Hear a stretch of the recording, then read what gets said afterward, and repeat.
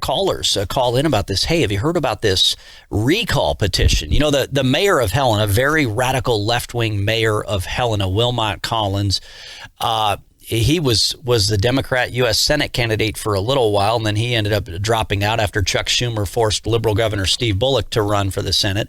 But they've also, that Helena City Commission, you know, where they've been pushing defund the police. They were pushing to take away funding from the police. They were pushing to remove the school resource officer from the school. There are a couple of very radical left-wing city commissioners in Helena, one by the name of Heather O'Loughlin. Well, right now there's a petition drive, a recall petition underway for the mayor and I think at least two of the city commissioners there. Sandy Holland out of Helena now with us here on Montana Talk. Sandy, thanks for calling in. Hey, thanks for having me on. So give us a background on what's driving this recall petition in Helena and the latest update on how far you are along in terms of signatures gathered and everything else. Sure. Okay. So this whole process for me stems from a March 9th meeting that we had with the City Commission.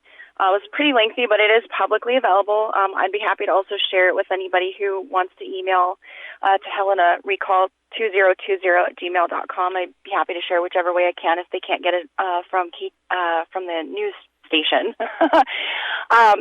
So the whole process started back then during a hiring process.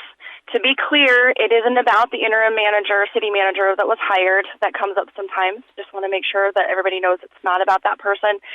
It's about the process that was taken in cutting out part of our newly elected commission and just allowing the public to have full ability to know and participate in what was happening in front of them.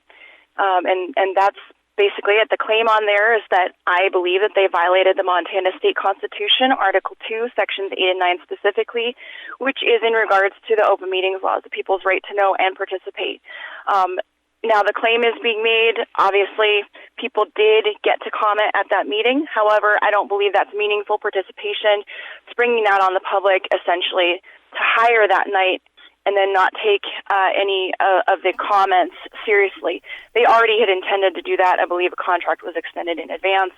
And those statements are also made clear by the other two commissioners that weren't included in that process. So I know a big deal. I've gotten some, we get some great phone calls here on the show, and I know one point that Helena in Phillipsburg has made when she's called in before is that there's a lot of, local governments that are trying to take advantage of this crisis with COVID-19 to basically hide from the public or hide behind Zoom meetings or even claim that they don't have to have a meeting at all. And so I wonder if this is kind of a pattern that we're seeing where they're taking advantage of the COVID-19 crisis to see if they can get away with sneaking things in under the radar.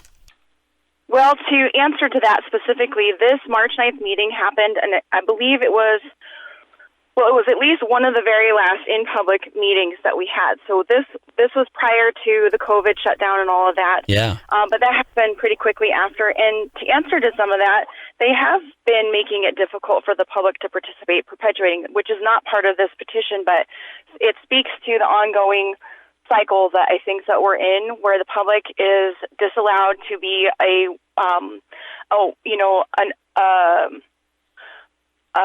I don't know what the word is I'm looking for, but being able to fully participate in these meetings where we have to wait to get into the meeting sometimes. The meeting sometimes link changes. They messed around with allowing who could be in chat and who could see who was on a meeting. When you're in a public meeting, you go in and you get to see who's around and decide whether or not you still want to speak. If you're feeling intimidated, you get that opportunity to know if you have friends or foe in a meeting, right?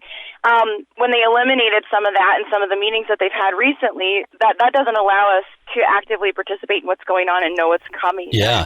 And just that makes sense. Paint the picture for our listeners elsewhere across the state too on just how radically left the mayor is there and the two city commissioners are there, because I think this recall petition played a role. A lot of people were really surprised that the mayor actually voted not to defund the police, that not to kick the SRO out of the school there, the school resource officer. A lot of people were expecting him to vote against the funding supporting the police, but now they did just kick the can down the road for another year, so the fight will continue. But I think this recall petition kind of helped force the mayor away from that very radical position, because I think he knows more people are paying attention now.